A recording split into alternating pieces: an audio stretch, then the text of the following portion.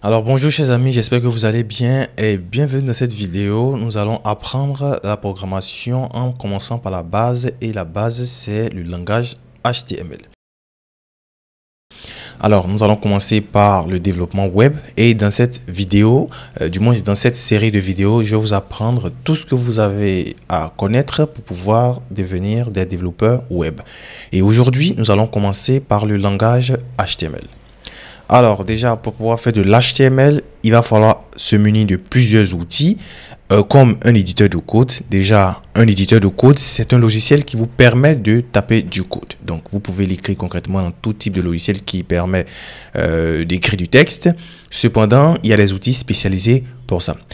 Et l'un des outils les plus utilisés, c'est le logiciel VS Code. Alors, pour pouvoir télécharger VS Code, vous allez vous rendre sur votre navigateur, bien entendu, et vous allez taper dans Google directement VS Code. Vous validez Entrée. Et le tout premier site de VS Code, qui est marqué ici, code.visualstudio.com, vous allez cliquer et vous allez télécharger VS Code pour votre plateforme. Je dis plateforme par système d'exploitation.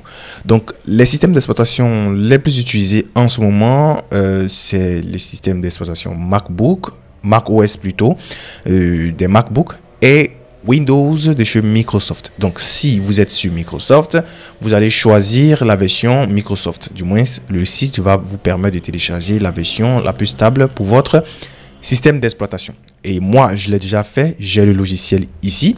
Du coup, je clique directement sur le logiciel et le logiciel va s'ouvrir comme ça. Donc, si vous avez le logiciel déjà installé, il va s'ouvrir comme ça. Ensuite, pour pouvoir créer des sites internet, généralement, c'est conseillé de le mettre dans un dossier. Donc, si vous créez un site internet, vous le mettez dans un dossier. Et ensuite, c'est ce dossier-là que vous allez envoyer plus tard à votre hébergeur pour pouvoir le mettre en ligne. Donc, je ne souhaite pas... je me dis que vous ne connaissez pas forcément ce que ça veut dire héberger. Mais nous allons le voir plus loin dans ce cours. Donc, moi, par exemple, je vais ouvrir un dossier et je vais créer ici, par exemple, un nouveau dossier que je vais appeler cours underscore HTML. Et sur cours underscore HTML, qu'est-ce que je fais? Je garde mon logiciel ouvert comme ça et je vais le glisser tout simplement à l'intérieur du VS Code comme ça. Donc, dès que je le fais comme ça, on a mon dossier qui est ouvert à l'intérieur du VS Code. Donc, vous pouvez oublier le dossier. Ensuite, nous allons installer d'autres éléments qui vont permettre un développement facile de nos différents sites internet grâce à VS Code. Donc, pour cela, on va télécharger deux extensions qui nous permettent de pouvoir aller un peu plus vite et nous faciliter la tâche. Déjà, la première extension, c'est Live Server. Vous tapez Live Server.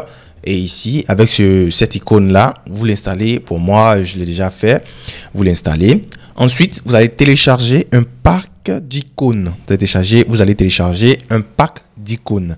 Et le pack d'icônes, c'est Material Icon. Alors, Material Icon est un pack d'icônes qui va nous permettre simplement de reconnaître les types de fichiers que nous allons utiliser tout au long de ce cours proprement. Voilà, donc de base, VS Code n'a pas vraiment un très bon pack d'icônes, mais Material Icon va nous permettre d'avoir un très bon pack d'icônes. Alors, une fois que vous avez installé tout ça, on est bien parti. Vous allez ici. Dans cette icône-là, c'est pour créer un fichier. Donc ici, grâce à ça, on va créer un fichier. Vu que le HTML, c'est une technologie, une syntaxe de balises, un ensemble de balises qui nous permettent de décrire le squelette de notre site internet. Donc, nous allons ici créer un nouveau fichier grâce à cette icône. Là, nous allons créer un nouveau dossier. Ensuite, ici, c'est justement pour actualiser. Et là, c'est pour fermer ou réduire tous les dossiers ouverts dans l'explorateur. Donc ça, c'est l'explorateur de VS Code. Et dans la plupart des cas, on n'aura pas les mêmes icônes ici parce que moi, j'ai déjà installé plusieurs extensions. Donc, si vous n'avez pas les mêmes icônes ici, n'ayez crainte, nous avons quand même le même logiciel. Cela varie en fonction des configurations. Alors, merci. Merci d'avoir suivi cette vidéo. Si la suite vous intéresse, abonnez-vous. Nous allons continuer la suite tout à l'heure.